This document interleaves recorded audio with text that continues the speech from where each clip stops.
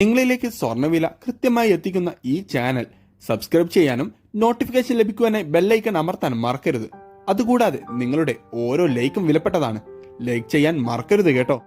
സ്വർണം വാങ്ങാനുള്ളവർക്ക് വീണ്ടും സന്തോഷം നൽകിക്കൊണ്ട് സ്വർണ്ണവിപണിയിൽ ഇന്ന് കുറവാണ് നേരിട്ടുകൊണ്ടിരിക്കുന്നത്.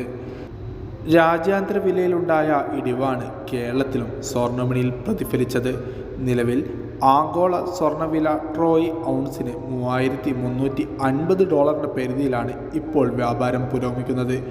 അതോടെ കേരളത്തിൽ ഇന്ന് വിപണിയിൽ നേരിയ കുറവ് രേഖപ്പെടുത്താൻ കാരണമായി. സ്വർണം വാങ്ങാൻ ഉദ്ദേശിക്കുന്നവർ ഈ ഒരു അവസരത്തിൽ അഡ്വാൻസ് ബുക്ക് ചെയ്തു തന്നെയായിരിക്കും നല്ലത്. വരും ദിവസങ്ങളിൽ വീണ്ടും വർധനവ് നേരിടാൻ തന്നെയാണ് സാധ്യത.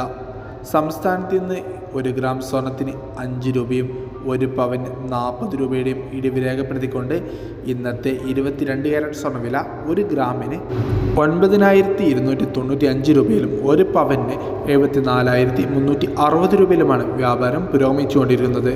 Thanks for watching gold price Kerala today.